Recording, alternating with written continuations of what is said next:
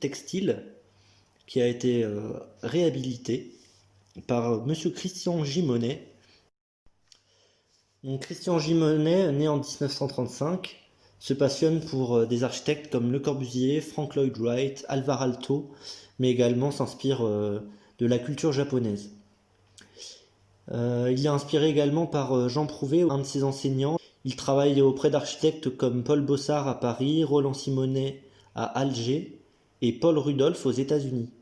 Il complète sa formation par de nombreux voyages aux USA, en Inde, au Japon ou en Europe. Quand il s'installe à Bourges en 1966, il crée son atelier en 1969.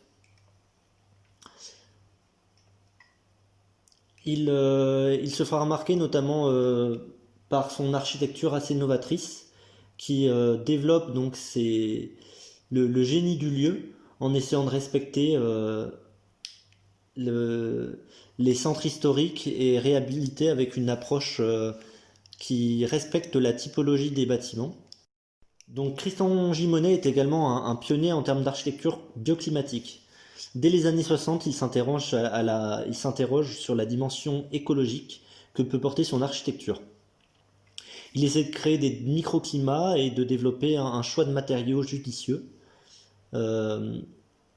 Et travaille également sur l'insertion de la nature dans son projet architectural.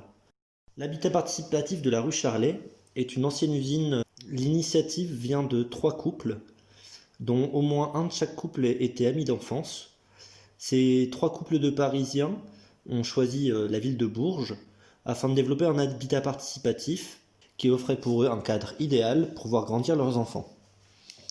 Ainsi, le projet s'oriente sur 9 logements, dont 8 réalisés par M. Christian Gimonet, qui a tout d'abord sélectionné les bâtiments qu'il souhaitait conserver en front de rue, afin d'avoir des logements traversants, et un séquençage du bâtiment ensuite en 9 logements.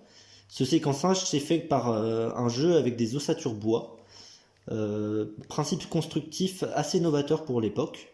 Ces verrières créent une homogénéité dans le style architectural extérieur, en adéquation avec la typologie du bâtiment, donc une typologie industrielle, mais également c'est un des points que l'architecte a pu ainsi porter dans le projet. Ensuite, chaque logement est fait avec les habitants et permet à chacun d'avoir son logement unique et complètement indépendant des autres logements. Ensuite, on a une structure paysagère végétalisée qui vient séquencer des jardins individuels qui se finissent par se regrouper autour d'un tumulus, ce tumulus regroupant des caves individuelles, et toutes les caves sont ainsi recentrées dans le jardin commun. Un bâtiment a par la suite été ajouté pour pouvoir avoir les stocks de bois pour chaque logement, qui permet ainsi d'avoir un nouvel espace commun.